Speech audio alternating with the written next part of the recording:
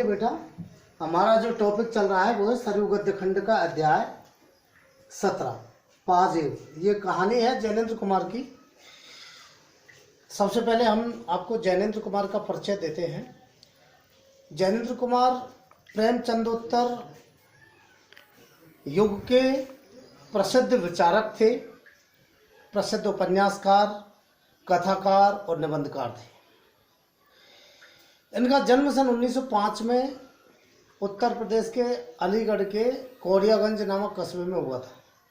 1905 में इनके पिता का नाम प्यारेलाल और माता का नाम श्रीमती राम देवी था। इनकी जो प्राथमिक शिक्षा है वो जैन गुरुकुल हस्तिनापुर में हुई। व्यक्तिगत रूप से इन्होंने जो है 10वीं की परीक्षा पास करने के बाद उच्च शिक्षा के लिए काशी विश्वविद्यालय ये आए, परंतु वहाँ महात्मा गांधी के सन 1921 के आंदोलन का इन पर इतना गहरा प्रभाव पड़ा कि ये अध्ययन छोड़ करके आंदोलन में जो है कार्यकर्ता बन गए।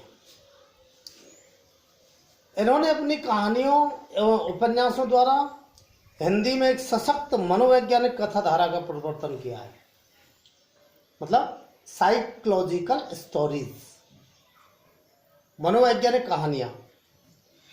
कथाकार के साथ साथ इनकी पहचान एक सशक्त अत्यंत गंभीर चिंतक के रूप में भी रही है।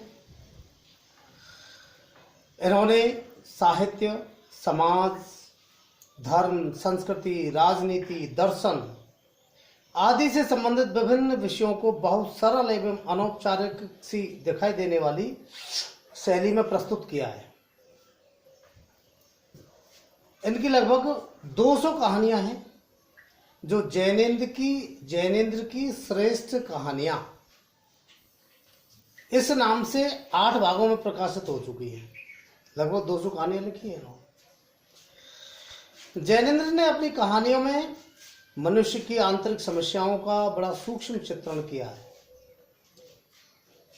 जिससे इनकी कहानियों को एक नई अंतर्दृष्टि मिली है, नई संवेदनशीलता मिली है और जो है दर्शन की गंभीरता प्राप्त हुई है। इन्होंने हिंदी कहानियों को एक नई अंतर्दृष्टि दी है। हिंदी कहानी की परंपरा को शिल्प के स्थान पर नवीन शिल्प और शैली प्रदान की है इन्होंने। गांधीवादी दर्शन का इनके ऊपर पर्याप्त प्रभाव पड़ा था। इनकी जो प्रमुख रचनाएं हैं उन प्रमुख रचनाओं में परख, सुनीता, ये उपन्यास इनके परख, सुनीता, त्यागपत्र, कल्याणी, विवर्त, सुखदा, अनाम स्वामी, जयवर्धन, मुक्तिबोध, ये तो इनके उपन्यास हैं। फांसी, जैसन, वातायन, नीलम देश की राजकन्या, एक रात, दो चिड़िया, पाजेव, ये इनकी कहानियों की पुस्तकें हैं जिनमें बहुत सारी कहानियां एक में। पाजेव हालांकि एक ही कहानी है, लेकिन पाजेव नाम से एक इनकी रचना भी है जिसमें बहुत सारी कहानियां हैं। तो इस प्रकार से प्रस्तुत प्रश्न, जड़ की बात, पूर्वोदय, साहित्य का श्रेय और प्रेय, सोच विचार, समय और हम, विचार बल्लरी, प्रेम और परिवार, राष्ट्र और राज्य, ये इनके निबंध संग्रह। ये और वे, ये इनके संस्मरण हैं। मंदालिनी, पाप और प्रकाश, ये इनके नाटक हैं। इनको जो प्रमुख पुरस्कार मिले वो साहित्य अकादमी पुरस्कार प्राप्त हुआ, भारत भारती सम्मान प्राप्त हुआ और भारत सरकार द्वारा जो है पद्म भूषण से भी इनको सम्मानित किया गया। ये तो हुई लेखक के सामान्य परिचय की बात, इनकी रचनाओं के परिचय की बात। अब हम इस कहानी के परिचय के बारे में आपको बताते हैं। देखिए, ये जो कहानी है ये बाल मनोविज्ञान पर आधारित कहानी है। किस पर आधारित? बाल मनोविज्ञान पर आधारित कहानी है। इस कहानी में लेखक ने ये बताने का प्रयास किया है कि बालक के ऊपर जब हम अनावश्यक दबाव बनाते हैं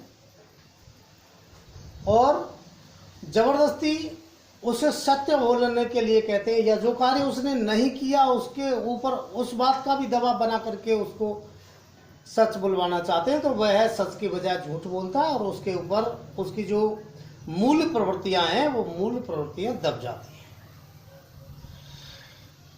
पाजेब कहानी जो है बाल मनोविज्ञान पर आधारित है। ऐसी सजीव, रोचक, सशक्त और मार्मिक कहानी है।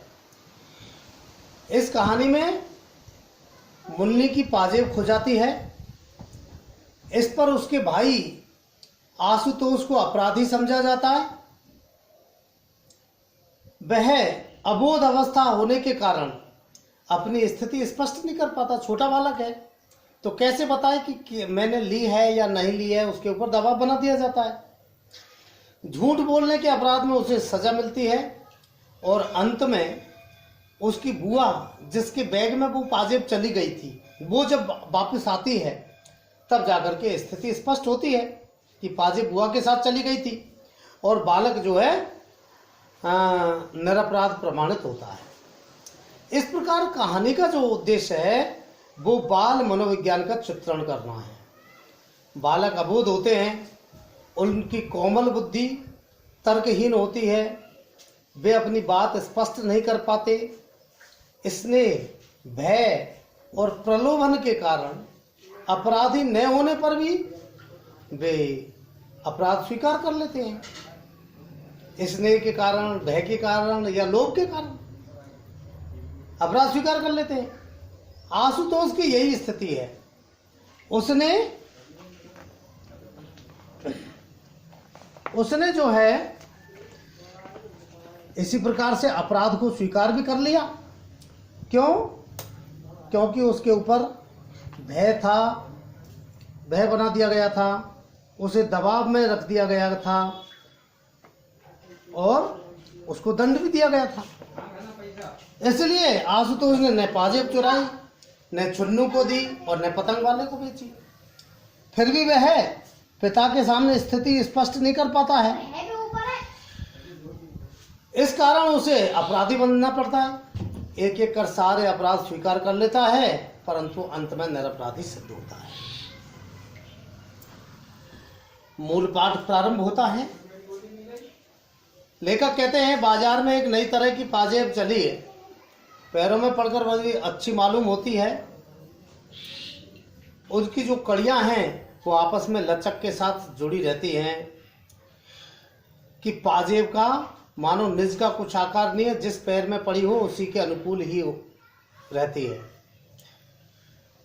आस पड़ोस में तो सब जो है नन्ही बड़ी के पैरों में आप वही पाजेब देख लीजिए। एक ने पहनी तो दूसरी ने भी पहनी, देखा देखी में इस तरह उनका न पहनना जो है मुश्किल हो गया। लेखक की जो पुत्री थी मुन्नी, उसने भी कहा कि बाबूजी हम पाजेब पहनेंगे। अब लेखक कहते हैं, बोली भला कठिनाई से बड़ी 4 साल की बच्ची और पाजेब पहनेगी। लेखक कहते हैं कि मैंने कहा कि कैसी पाजेब, तो वो बोली कि वैसी जैसी रुक्मन पहनती है, जैसी शीला पहनती है। लेखक ने कहा कि ठीक है, हम तुम्हें पाजेब ला देंगे। उस वक्त तो खैर मुन्नी किसी काम में बैल गई, लेकिन जब दोपहर को मुन्नी आई और मुन्नी की बुआ आई, तब वह मुन्नी सहज मानने वाली न थी। मुन्नी की बुआ ने अर्थात लेखक की बहन ने जो है मुन्नी को गोद में लिया, मिठाई खिलाई और कहा कि अच्छा अब की बार मैं जब आऊंगी, अब के एतबार को तो तेरी पाजेब जरूर ले आऊंगी। उस एतबार को मुन्नी की बुआ आई और वो पाजेब लेकर के आई। मुन्नी उस पाजेब को पहन करके बड़ी प्रसन्न हुई। आशुतोष भी जो है उसकी पाजेब के साथ जो है उसकी पाजेब को अपना गर्व ही महसूस कर रहा था। वह पड़ोस के घरों में जो है उसको दिखाने ले गया कि देखो हमारी बहना ने पाजेब पहनी है। कुछ देर तो वह इस प्रकार से जो है पाजेब पहन करके वो खुश रही। इधर आशुतोष भी प्रसन्न रहा, लेकिन अब आशुतोष बालक तो था ही, उसके लिए अपने लिए भी तो कोई चीज़ की आवश्यकता होगी। तो वो मचलने लगा कि मुन्नी को अगर पाजेब दिलाई है तो मुझे साइकिल चाहिए। तो उसकी बुआ ने कहा कि ठीक है, हम तुम्हें अगली बार पाजेब देंगे, वो साइकिल देंगे। तो इस प्रकार से वो मान गया। अब उसकी बुआ भी चली गई। बुआ चली गई तो उन्होंने कुछ समय वो पाजेब पहन करके और उसकी माँ ने उस पाजेब को खुलवा लिया और रख दिया बक्से पर। लेकिन शाम को जो है जब वो पाजेब उनमें से एक पाजेब नहीं मिली तो वह इधर उधर ढूंढने लगी। उसके बाद वो जो है लेखक से पूछने लगी कि तुमने वो पाजेब देखी है क्या। लेखक ने पूछा कि तुमने उसे कहाँ रखा था, तो वो बताती है कि मैंने यहीं रखा था। कि रखा है तो फिर उसको जो है वहीं से प्राप्त कर लो। लेकिन उनको वो है एक पाजेब नहीं मिलती है, और जब नहीं मिलती है तो वो आपस में जो है कभी किसी पर भ्रम करते हैं, कभी आशुतोष पर, कभी उनके नौकर पर भ्रम करते हैं। वो लेखक का मानना तो ऐसा है कि शायद आशुतोष ने ली हो, लेकिन उनकी पत्नी जो है ये बोली कि शायद हो न हो उनका जो नौकर है बंसी, उस बंसी ने ही ली हो। क्योंकि वो कहते हैं कि मैंने जब उस पाजेब को वहाँ रखा था तो वो बंसी वहाँ मौजूद था। तो लेखक कहते हैं भाई उससे तुमने पूछा है क्या। तो वो बोली कि वो उसने तो साफ इनकार कर दिया। तो इसके बाद की आपको जो घटनाक्रम है उसको बताएंगे कल।